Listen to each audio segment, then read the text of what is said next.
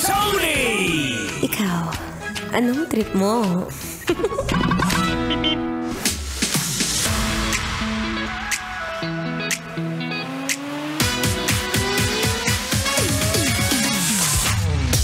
That is the right thing to do, kabisyo.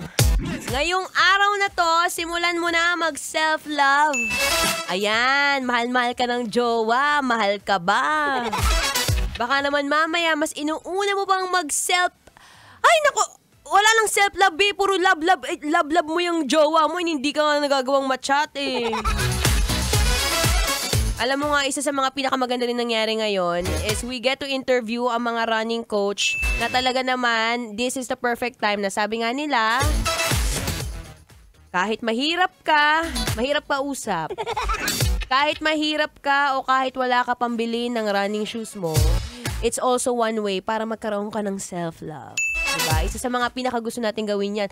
Yung pinakamahirap na part, gumising ng maaga. Well, given naman yon. Yung pagising, ayoko nang bumangon kasi 3 o'clock pa lang. Ano oras yung tulog ko? 2 hours lang.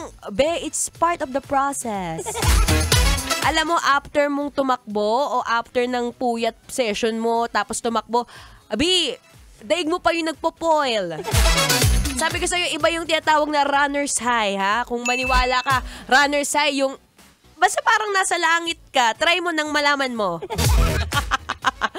Anyway, maraming salamat and maraming salamat din sa mga guests natin ngayon sa live, which you can check out sa ating Facebook, sa ating social media accounts at Love Radio Manila, pati na rin sa DJ Maratoni. Nandiyan po sila Coach Patrick Rubin, Coach Dean Ellison, Coach Tito Kenran, and Coach VJ Matias para sa ating Sweat Talk. Anyway, maraming salamat po sa lahat ng nakikipagdaldalan, nakipagsuporta, at susunod na syempre ang ating spicy opa. Walang iba kundi si DJ Kim Chino. Anyway, siya. Kami ay tatakbo na. Opo, hindi na po ako mag-isa tatakbo ngayon. For now, makinig muna ng Feel Good Music ngayong Feel Good Tuesday. Kailangan pa bang i-memorize yan? Basic.